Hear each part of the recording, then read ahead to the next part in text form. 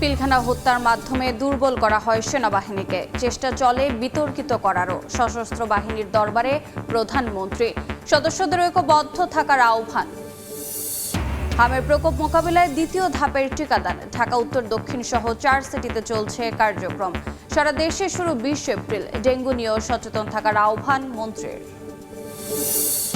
জ্বালানি সাশ্রয়ের রাজধানীর কয়েকটি শিক্ষা প্রতিষ্ঠানের সপ্তাহে 3 দিন অনলাইনে ক্লাস শুরু। ফিলিং স্টেশনে দীর্ঘ লাইন নিয়মে পরিণত। ঘন্টার পর ঘন্টা অপেক্ষায় ভোগান্তি।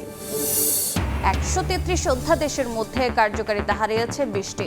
অন্তর্বর্তী সরকারের তড়িঘড়ির কারণে সংকট। যাচাই বাছাই করে আইনে রূপান্তরের পরামর্শ বিশেষজ্ঞের।